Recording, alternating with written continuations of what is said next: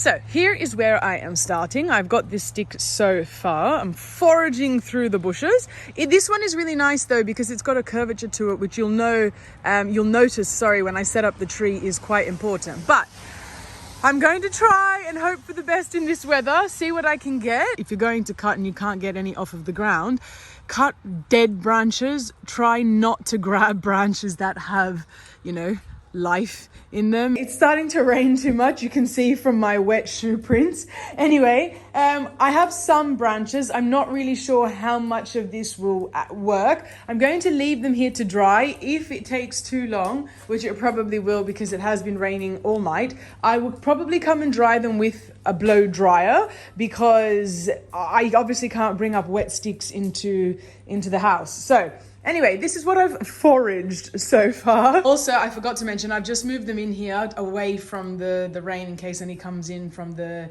sometimes rain can come in on an angle. So I've just moved them in here, and I forgot to mention that you need to bug spray them.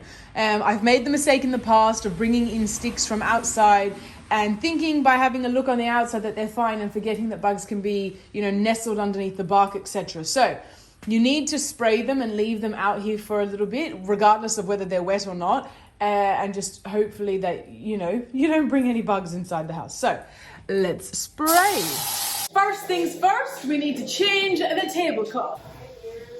I got this really pretty Easter themed tree tablecloth from Kmart. Look at all the pretty bunnies it has on it.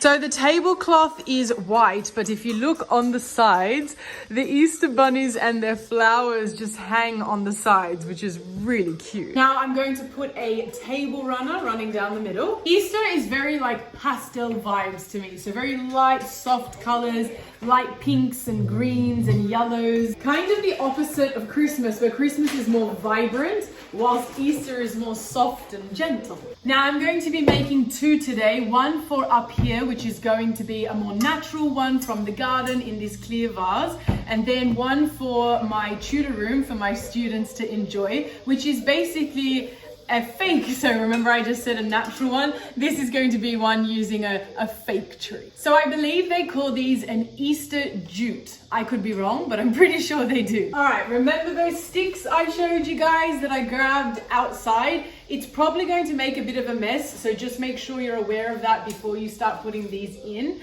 But one by one, I'd love to put them all in at the same time, but one by one, I promise I've done this before, we're going to style them in our vase. Careful you don't poke your eye out.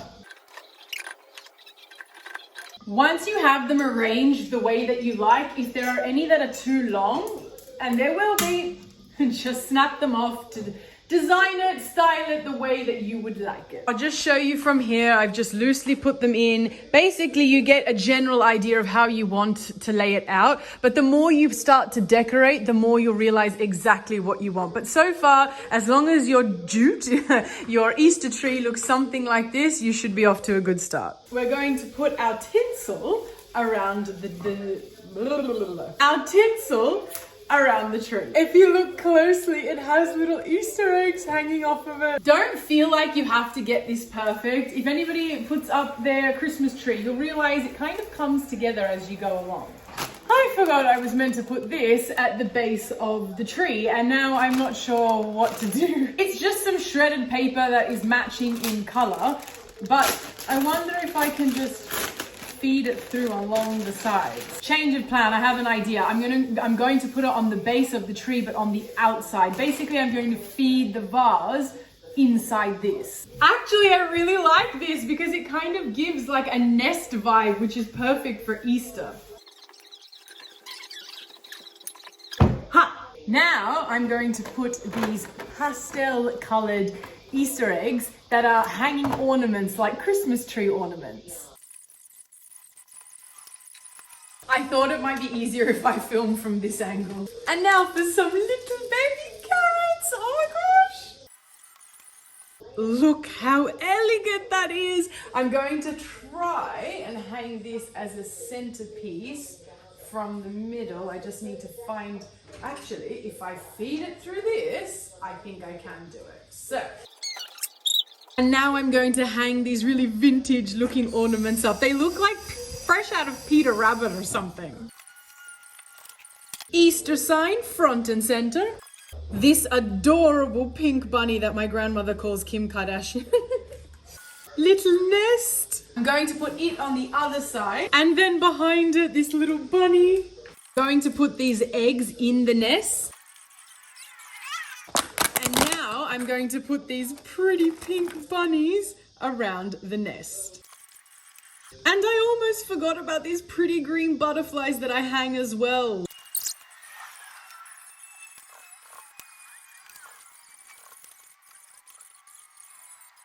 This is it so far. I'm about to do my students one as well, and I'll show you everything when it's finished.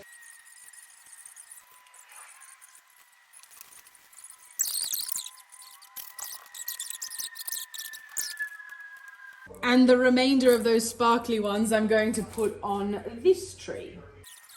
And next to this tree is this little guy. And when I set it up downstairs, I'll show you what it looks like there. With a nice bright sign for the nice bright children.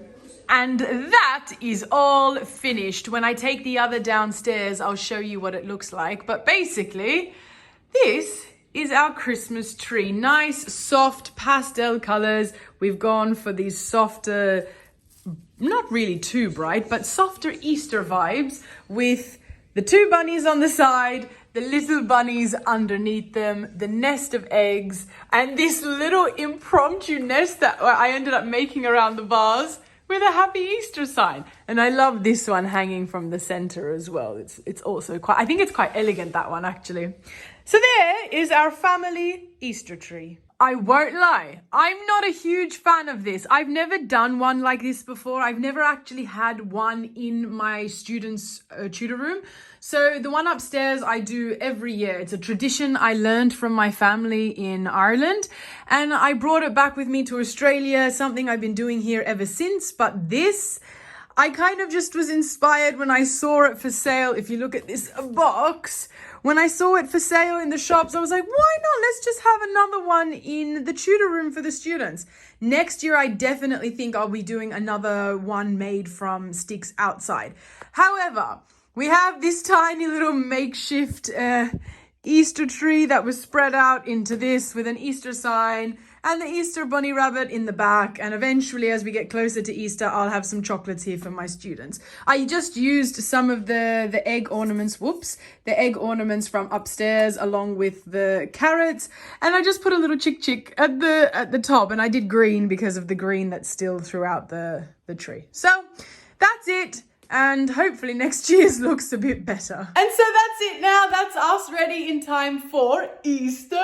I found these ready for wearing on Easter Sunday / Easter Monday because they were packed away with all my other Easter ornaments. Anyway, that's it. That is my family Irish tradition. I think I mentioned at the end there that this is a tradition that I saw my family in Ireland doing. I've never seen anyone in Australia doing this, so let me know if you do this in wherever in the world you're watching this from. Otherwise, I hope you enjoyed, and if you do something like this in your home, if you haven't already or before, let me know if you liked it. Let me know how you went, and hopefully we get to see some nice pictures of Easter trees coming out at Easter time this year. Anyway, that's it for this video. I hope it was really enjoyable and beneficial for you guys somewhat. Much love, everyone, and until next time, God bless.